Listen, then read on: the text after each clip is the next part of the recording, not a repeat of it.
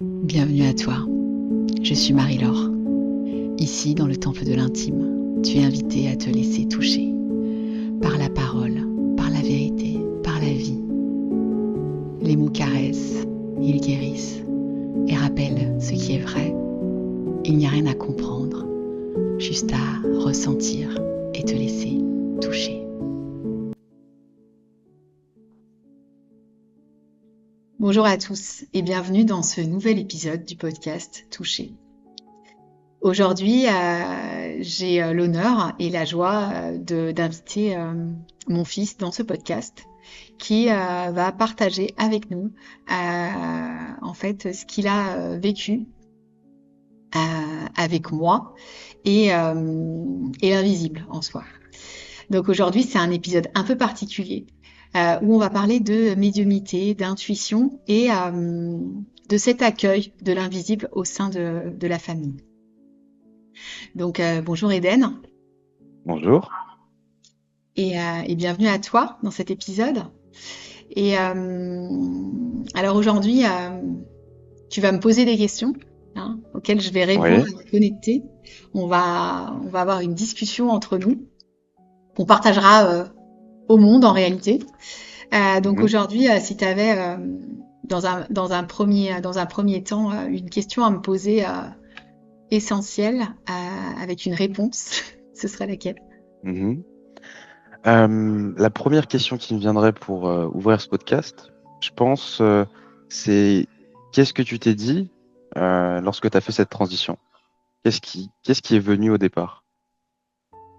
Donc, pour que nos auditeurs comprennent bien, parce que vous ne savez pas tous ma transition en fait, donc du coup, il y a 5 ans, la transition, c'est ma séparation et mon divorce avec le père de mes enfants, voilà, et qui a été un véritable basculement dans ma vie et dans notre vie et dans notre famille. Voilà. J'appelle souvent ce basculement, cette séparation, comme un éveil euh, de notre famille. Et justement, en fait, cet éveil, qu'est-ce qu'il est pour toi, en fait? Quelle a été la symbolique, justement, quand tu as fait cette transition sur deux mondes qui étaient complètement opposés, complètement différents? Un monde assis sur des croyances et un autre qui laisse s'ouvrir énormément de possibilités.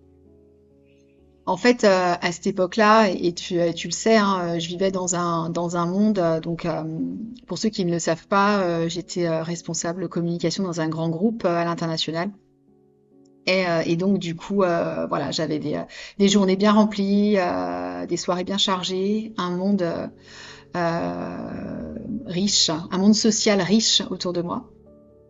Et puis bah arrivé voilà 2020, une année qui se qui a été l'année du Covid pour tout le monde, vous le savez tous, c'était une année de basculement, c'est-à-dire que là à ce moment-là, voilà, j'ai eu un burn-out. Je n'entrerai pas dans le détail du burn-out parce qu'à l'heure actuelle, je pense que c'est véritablement une phase d'éveil, le burn-out, tout simplement. On a généralisé ce terme pour plein de choses, mais en fait c'est juste un gros éveil à mon avis intérieur. Et c'est ce que j'ai vécu à ce moment-là. Donc ça a été, on va dire, mon premier genou à terre à ce moment-là. Et donc, il y a eu toute cette transition-là qui s'est mise en place pour, pendant quelques mois. Une transition douloureuse, je dirais, euh, où, euh, où des vérités ont été mises sur le chemin, sur mon chemin. Et c'était pas forcément très agréable. Et puis, de manière assez naturelle, la séparation s'est aussi proposée à cet endroit-là, avec un appel très fort de me retrouver, Mhm. de Ouais. marcher dans on va dire de marcher seule en fait. Mhm. Donc voilà, donc c'est ce qui se passe, on va dire que en 2021, ça va être voilà on va dire Transition. ouais, la transition, la fin de quelque chose, voilà. Et puis en fait, voilà, souvent on croit que c'est la fin, et en réalité c'est juste le début d'autre chose. un nouveau chapitre. Et c'est vrai qu'à ce moment-là, en fait, ça va impacter. Et c'est un peu ça l'objet de cet épisode-là aujourd'hui, hein. Ça va impacter en étoile, comme je dis, toute la famille, en fait, tous les êtres qui composent cette famille. Et c'est là où c'est important d'être vrai, d'être authentique et de garder la communication comme une clé précieuse. Euh, et de ne pas laisser place à la colère, à la rancœur, au ressentiment. Et, euh, et c'est pour ça qu'on est là aujourd'hui, en fait. Oui, complètement. Justement, le sujet que tu as abordé sur cette transition, c'est vrai qu'il peut être difficile aussi. Quand on passe justement d'un monde à l'autre, qu'on plonge dans l'inconnu, euh, qu'on se demande qu'est-ce qu'on va réellement faire, quel va être notre impact. C'est sûrement des questions que tu t'es posées sur le moment. Je le voyais parfois dans, derrière le rideau, on pourrait dire de cette manière-là. Parce que ce podcast, justement, il pourrait montrer certaines parties de l'arrière-plan, de comment tout ça se construit, de comment tu procèdes, non? Mais en fait, c'est faire le choix du grand saut, en fait, en ayant confiance que il y a quelque chose d'autre. Mais ce quelque chose d'autre, on ne le voit pas au moment où on fait le choix, en fait, hein. Bah, l'exemple, moi, qui me parlerait sur le sujet, justement, lorsque tu parles de plonger en soi les yeux fermés, donc, c'est un petit peu comme un certain sentiment dont on a tous entendu parler. Alors, ça n'a pas un lien direct ou une causalité directe, mais euh, c'est comme ça que moi je l'illustrerais. Euh, L'amour, par exemple. L'amour, tu ne sais jamais qu'est-ce qui va t'attendre, parce que c'est un sentiment indescriptible, c'est quelque chose qui n'est pas tangible, qui n'est pas matériel, on ne peut pas poser réellement de définition dessus. Et c'est un petit peu ça, en fait, de plonger dans un nouveau monde. C'est un petit peu la même image. Je pense que là, enfin, t'as raison. En fait, l'idée de cette transition, de toute manière, c'était une rencontre avec soi. Enfin, je pense que et ça parle, enfin, et je pense que c'est mon message principal sur cette terre, c'est qu'il n'y a qu'une seule fréquence et c'est l'amour justement, qui pour moi est une vibration, une fréquence. Et et quand il y a pas, il y a plus ça ou quand on ressent plus ça, bah, c'est quelque chose qui est désaligné en fait. Et ça ne dépend de personne d'autre en fait que de soi. Donc cette transition, ce saut dans le vide, c'était avant tout un retour à la maison en fait, donc en moi. Ouais, bah, justement, tu vois, vu que j'ai abordé le sujet de l'amour, qui est un peu un de tes piliers, peu importe les passages que tu as eu dans ta vie, que ce soit quand on était plus jeune, que ce soit dans ton ancien travail, que ce soit dans le travail actuel, tu as toujours eu cette manière de voir les choses. Donc, ça n'appartient même pas à ta nouvelle profession, à ta nouvelle vie, à ta voix.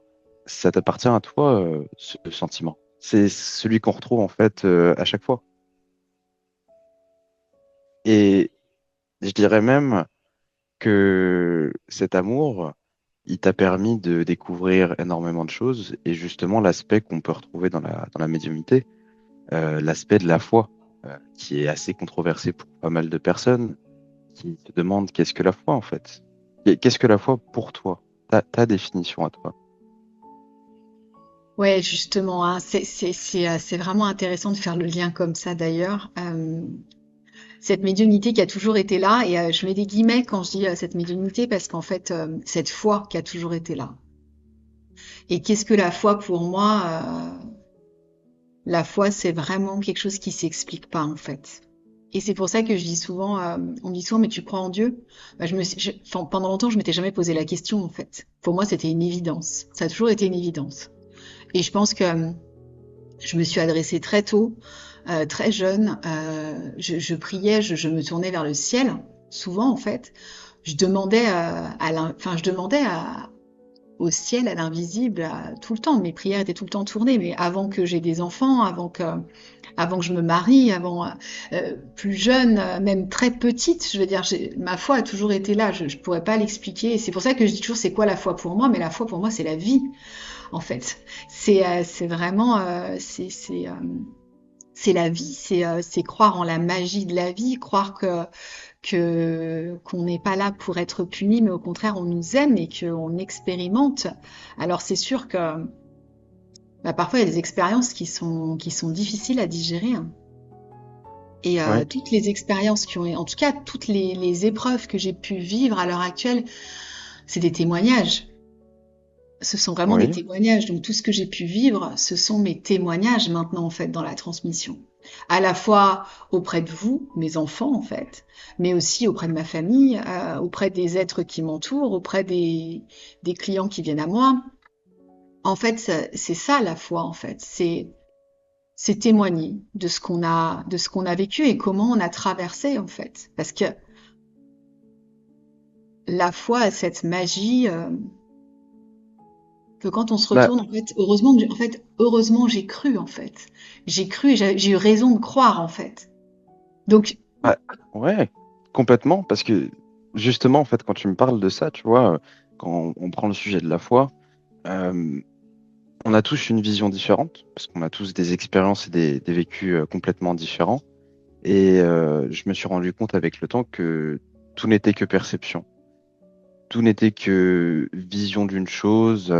Avant, je m'arrêtais à me dire que l'invisible, le religieux, c'était quelque chose qui était euh, en accord avec tout ce que l'entourage pouvait dire, tout ce que tout ce que disait le monde sur le sujet. Tu vois, je m'arrêtais au fait que c'est une histoire dans un livre et qu'il faut y croire profondément, même si on n'a pas de preuves. Et en fait, j'étais perdu. Et je sais pas toi euh, réellement comment tu le vois, mais moi, ma vision de la chose, c'est que cette perception qu'on a tous peut créer une réalité. Justement, la perception crée ta réalité. Et c'est pour ça que maintenant, je peux dire que j'ai la foi, mais ma foi est bien différente de toutes celles de nos auditeurs ou de la tienne. On a chacun une foi différente et une construction différente. et je pense que c'est très intéressant évidemment qu'on a une perception, on crée notre réalité à chaque instant. Et je pense qu'en fait, et c'est ce que je dis souvent, hein, je pense que si j'avais pas cru, alors moi, pour moi, c'était ma bonne étoile. Si j'avais pas cru à ma bonne étoile, euh, toute petite, même très jeune, j'en serais pas là en fait. En réalité, la foi m'a toujours amené une force intérieure incroyable en fait, une capacité à avancer même quand les vents étaient contraires, une capacité à me relever quand j'étais à terre. Donc c'est vraiment, mais elle est pour moi, elle est inexplicable. On peut la ressentir quand on est à mon contact. Souvent, c'est ce qu'on va me dire. Ressentir la vibration de la foi. Et en fait, la foi, pour moi, c'est l'amour, en fait. L'amour de la vie, en fait. L'amour de la nature, l'amour de... Alors pour moi, c'est l'amour de Dieu, mais comme je dis toujours, au-delà de la religion, au-delà des écrits, au-delà de ce qui est écrit, c'est vraiment se faire sa Perception des choses. propre, sa propre voix intérieure, en fait. Peu importe de savoir. Alors pour moi, c'est Dieu tout le temps, mais je prie aussi la Vierge. J'ai un lien très fort avec la Vierge Marie et particulièrement avec Fatima au Portugal. Et c'est comme ça, je l'explique pas en fait. Pourquoi je pourrais même pas l'expliquer. C'est pour ça quand on me demande mais comment on fait pour avoir la foi? Je crois que ça se commande pas en fait. On l'a en fait à l'intérieur de nous. Et parfois des événements douloureux peuvent nous mettre à terre et nous faire perdre la foi. Et c'est là où on est dans la fatalité en fait. On pense que la vie est une fatalité et je pense qu'en fait c'est toujours une destinée. Et, euh, et c'est ce qui nous fait voir toujours à travers, en fait, quand on voit les choses comme une destinée, en fait, c'est là où on voit justement à travers l'amour, en fait. Dire Oui, qu'est-ce que j'ai appris? bah, justement, en fait, quand on aborde ce sujet, quand par exemple on parle souvent des termes employés comme énergie, invisible, c'est des termes où on se dit quelle signification ça a au départ. Quand on ne connaît pas le sujet ou quand on n'a même pas cherché à comprendre, à ressentir, à, à explorer. Au fond de nous, on a tous quelque chose qu'on ne peut pas forcément expliquer. Euh, L'énergie, justement, quand par exemple, moi, ma mère, au début, me parlait de la Vierge Marie, de toutes ces grandes symboliques spirituelles, je me disais oui, mais euh, est-ce qu'elle existe? Est-ce que ça s'est vraiment passé? Et en fait, j'ai arrêté de me poser ces questions. Parce qu'en fait, quand je voyais les gens autour de moi, la simple énergie de croire en quelque chose, qu'il n'ait existé ou pas, ou peu importe, c'est ça qui vous donne cette force. Ça veut dire que le simple fait de croire en quelque chose va justement matérialiser une certaine forme de force, d'énergie. Et c'est souvent ça qu'on arrive à ressentir d'ailleurs chez les autres. C'est quand on est en présence de quelqu'un qui est profondément, je dirais, sain au fond de lui-même, qui se sent bien, on le ressent. Ouais, et ça c'est aussi tout un apprentissage aussi. C'est un apprentissage aussi cet apprentissage-là que je t'ai aussi transmis. Parce que parfois on a besoin aussi dans cette foi-là, on a besoin d'être guidé. Pour moi, c'était ma grand-mère qui me guidait vibratoirement et qui me disait toujours qu'elle avait une petite voix dans la tête qui parlait pour elle. Et on a tous besoin en fait. Et j'avais mon autre grand-mère qui priait tous les jours. Donc en fait, bon, il y en a une que tu as connue, une que tu n'as pas connue. Mhm. Mais je pense qu'on a aussi des figures, des figures de foi, de prière. Euh, et c'est souvent ce que je dis pour moi. La foi, c'est la prière, mais c'est pas une prière forcément qui est écrite dans les livres, hein. C'est une prière qui est personnelle, adressée avec le cœur Mhm. à plus grand que soi, en fait, sans chercher une perfection, sans chercher une. Souvent, on vient à moi d'ailleurs en me demandant comment prier, comment je peux faire, et je dis bah concentre-toi juste sur ton cœur, en fait. Et En fait, c'est simplement qu'est-ce qui peut vous parler, je dirais. Qu'est-ce qui peut nous parler? On a souvent tendance à regarder chez l'autre pour bien faire, pour être parfait, pour se dire si je le fais de cette manière, ça va marcher. Et justement, en fait, quand on part dans cette, euh, cette approche de, ne- de ne pas faire, de ne pas être pleinement nous-mêmes, mais de vouloir imiter l'autre pour bien faire, et ben c'est à ce moment-là qu'on se perd en fait sur le sujet en tout cas, sur ce sujet de foi, sur ce sujet d'invisible, sur ce sujet d'énergie. oui, c'est certain. Et en même temps, ce sujet, le sujet de la foi, de la médiumnité, est tellement pris, repris par, est tellement aussi connoté désormais en fait, avec beaucoup de connaissances les unes à la suite des autres, beaucoup de savoir et en contrepartie peu d'incarnation en fait. Euh, et donc c'est aussi ça, la foi, c'est véritablement, c'est pas, c'est comment. Je dis souvent, fais de ta vie une prière et au-delà, sois la prière. Donc Oui, c'est comment j'incarne en fait ma foi sur terre et comment je l'incarne. Bah des fois c'est intime et et des fois c'est secret aussi. Ça se montre pas forcément. Et, euh, et c'est ce qui se passe un peu au sein de la famille, en fait. Ce qui s'est passé au sein de notre famille aussi. oui, complètement. Et je voulais aborder d'autres questions. Donc justement, étant donné qu'on est sur le sujet de l'invisible, sur le sujet énergétique. Au départ, moi, je le dis en toute honnêteté, tu vois, je ne comprenais pas les mots que tu employais avec moi. Tu sais, lorsque tu m'exposais, par exemple, prêtrise, sacerdoce, justement, j'avais toutes mes croyances étaient en confrontation. Et lorsque tu me parlais, par exemple, de prêtrise, je voyais plus le mot encensé d'histoire au fur et à mesure des siècles que ta propre définition de la chose. Est-ce que tu pourrais expliquer justement ce terme prêtrise? La prêtrise, pour moi, être prêtre ou prêtresse de la lignée de la rose, pour moi, c'est vraiment un engagement en fait. Un engagement dans un engagement envers soi. Une connaissance et une reconnaissance de soi, de de sa lignée ancestrale. Euh, pour moi, c'est vraiment ouais, un engagement d'amour avec soi en fait. En tout cas, c'est l'enseignement que j'ai reçu et c'est celui à l'heure actuelle que je transmets.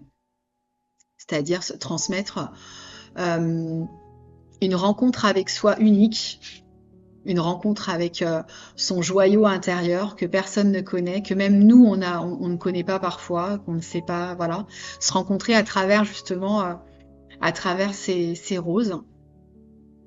Ces roses qui ne sont autres que, comme je te l'ai souvent dit, la rose pour moi c'est la médecine du cœur, un cœur C'est qui souvent la s'ouvre symbolique qu'on a en plus.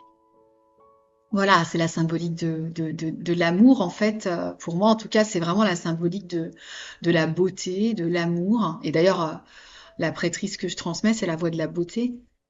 Et je pense que c'est vraiment de rentrer, de s'aimer intégralement sans condition. Et je dis bien sans condition, c'est-à-dire aimer tout de soi.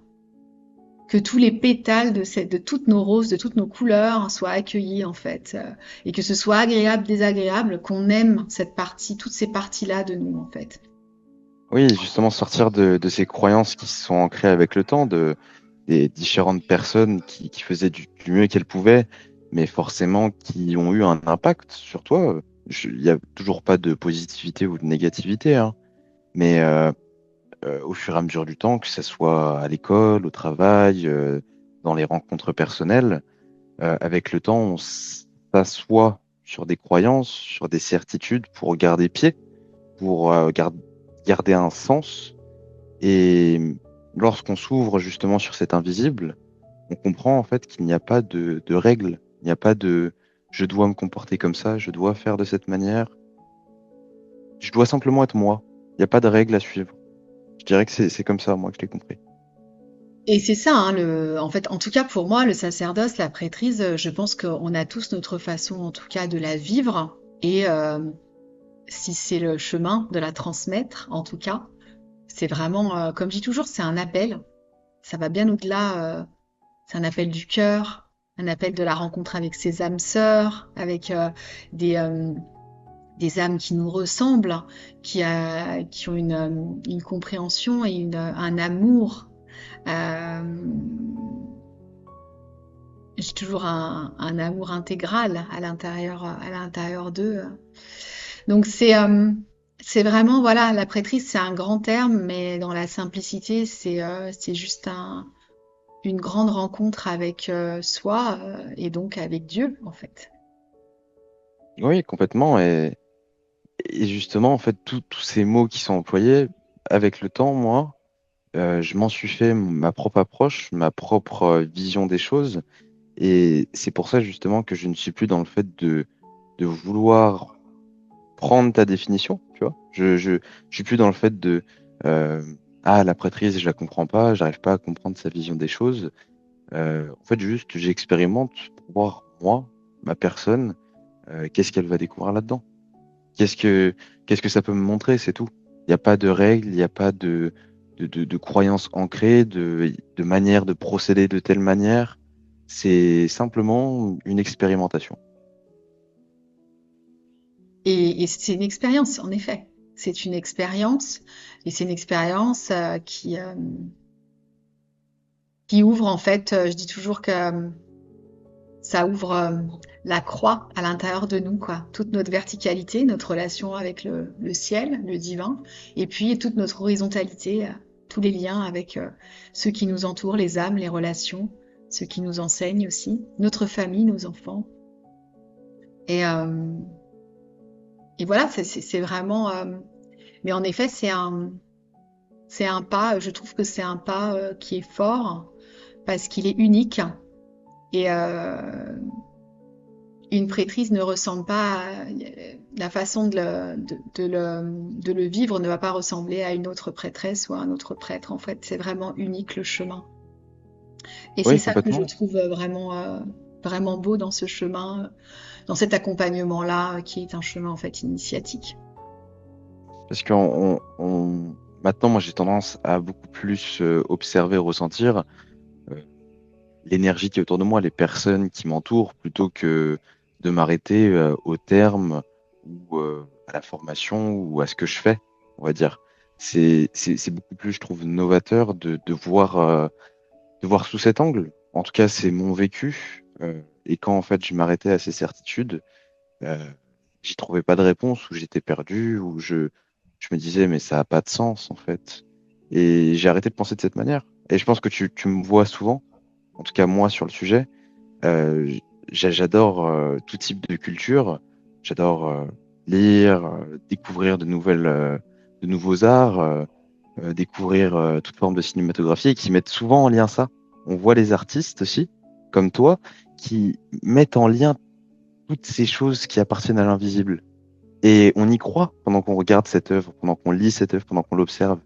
Mais dès qu'on revient à la réalité, on a tendance à se dire oui, mais bon, voilà, c'est superficiel, c'est superflu, c'est quelque chose de pas réel. Et du coup, on rentre dans ses croyances. Ouais, ça demande. C'est un chemin. Enfin, c'est un chemin d'humilité et de vérité. Donc, en effet, hein, il y a bien souvent au sein de la prêtrise, on se rencontre aussi à travers l'art. C'est un des aspects de la prêtrise, hein, si je peux dire aspect ou catégorie. Voilà, les artistes du sacré, hein, en fait, être artiste, se laisser traverser par Dieu, par plus grand que nous pour œuvrer dans la beauté, en fait. Hein, c'est ce qui se passe dans les œuvres qui me traversent. C'est aussi ça. Et ça fait partie aussi de tout ce qui est qu'on peut appeler ouais, cette, euh, cette guidance divine qui est là, ancrée en moi, qui a toujours été là et qui est aussi dans cette famille aussi, en fait, hein, évidemment. Mhm. Bah, là, je voudrais ramener, je dirais, je vais l'employer comme ça, mais l'ancien moi, pour que justement il te pose une question sur le sujet qu'on est en train d'aborder.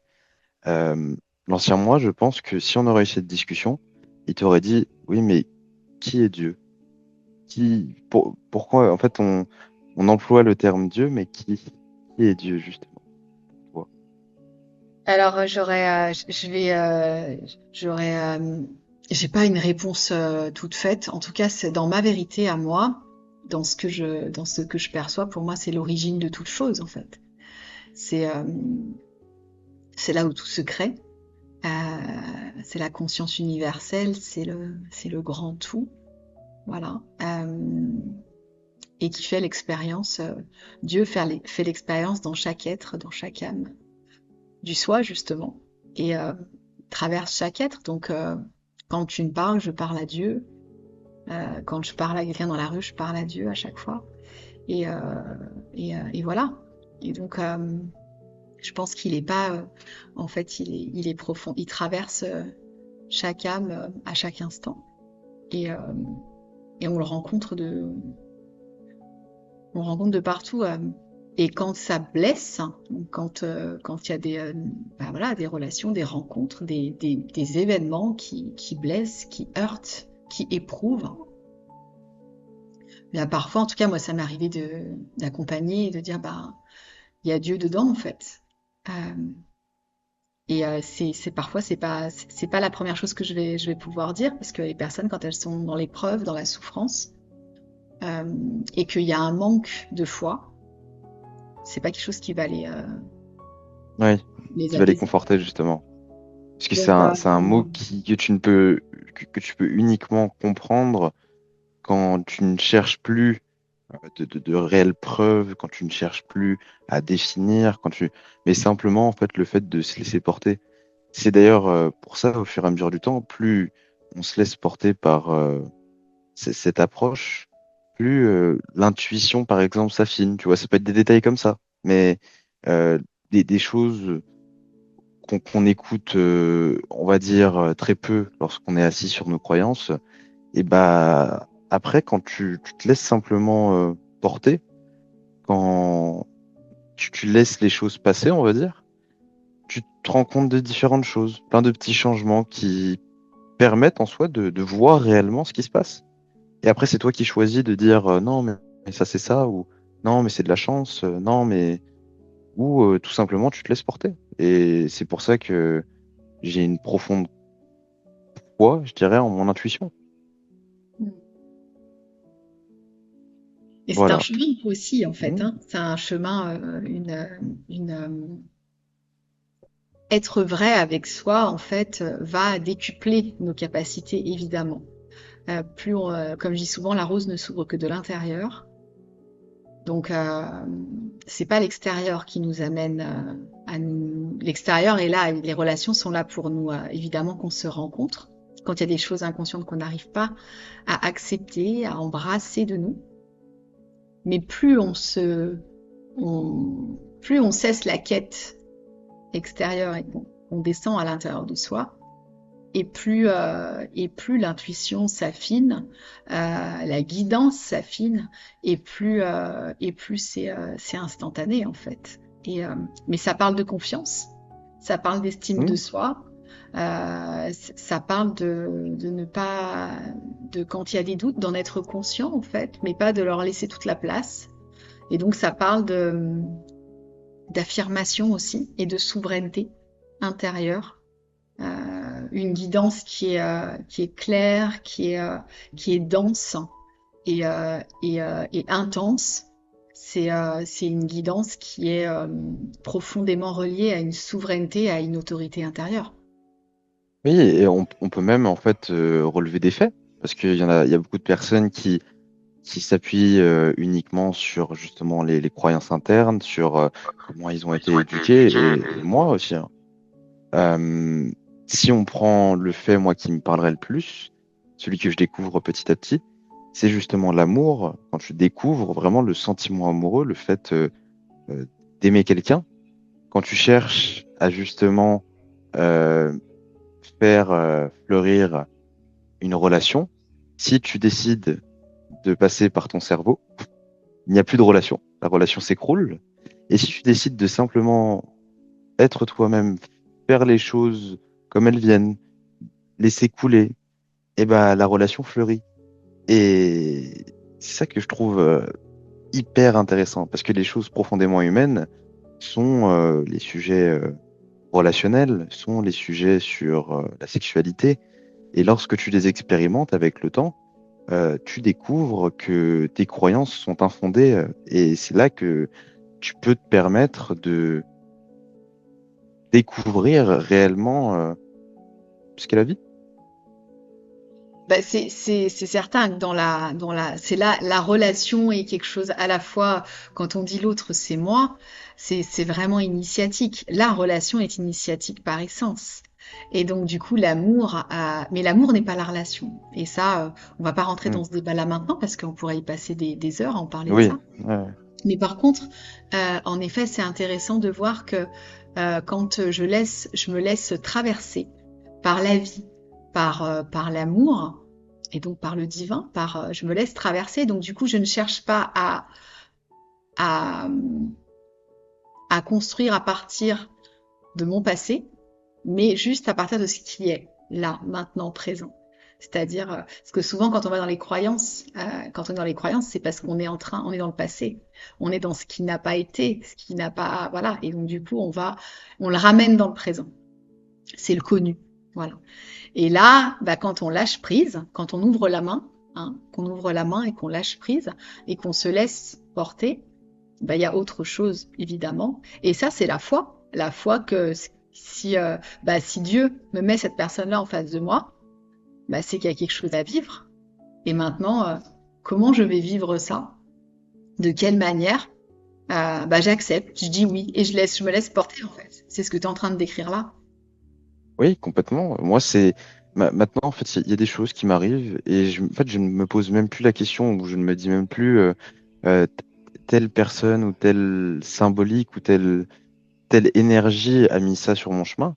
Désormais, en fait, ça vient et c'est comme ça, c'est tout. Ça vient, en fait, que ça soit une expérience qui va me faire du mal ou une expérience qui va m'apporter une jouissance, du bonheur.